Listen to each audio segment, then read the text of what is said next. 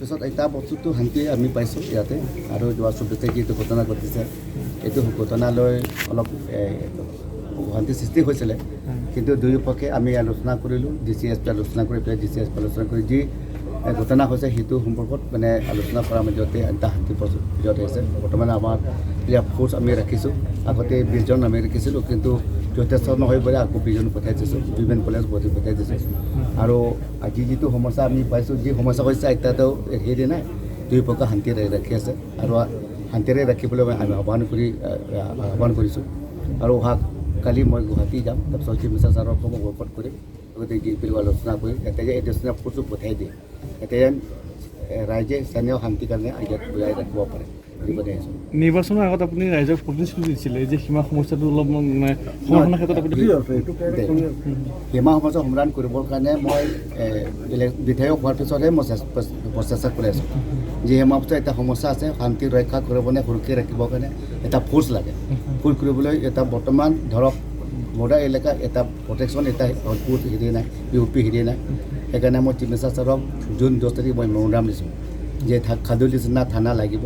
মুলাফাৰ নিচিনা পুলিচৰ আউটপোষ্ট লাগিব তাৰ ধৰক লাঙাদাৰ নিচিনা পুলিচৰ আউটপোষ্ট মানে বৰগাঁও নিচিনা লাগিবই ঠিক এনেকুৱা ধৰণৰ তাপাত নিচিনা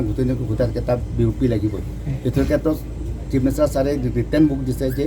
আপোনাৰ যিটো ডিমাণ্ডৰ ওপৰত আখৰে আখৰে অচন্তেন আমি কৰি দিম ইতিমধ্যে অধিক টেকেন লৈছে মুঠতে ঘটনা হৈছে বুলিহে ঘটনা হওক নহওক কিন্তু এটা উমলাফাৰ নিচিনাটো UP এটা হ'বই সেইটো কাৰণে যদি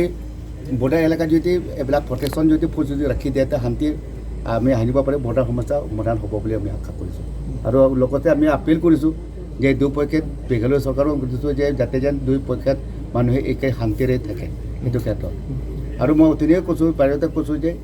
যোনে মানুহে কাৰ্বি আংলঙত মাটি যদি থাকে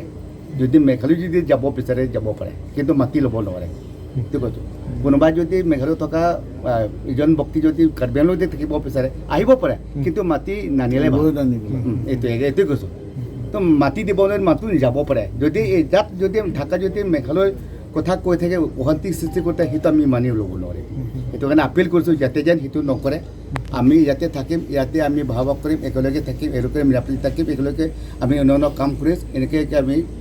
যোগে যোগে আমি কাম কৰিবলৈ আমি আহ্বান কৰিছোঁ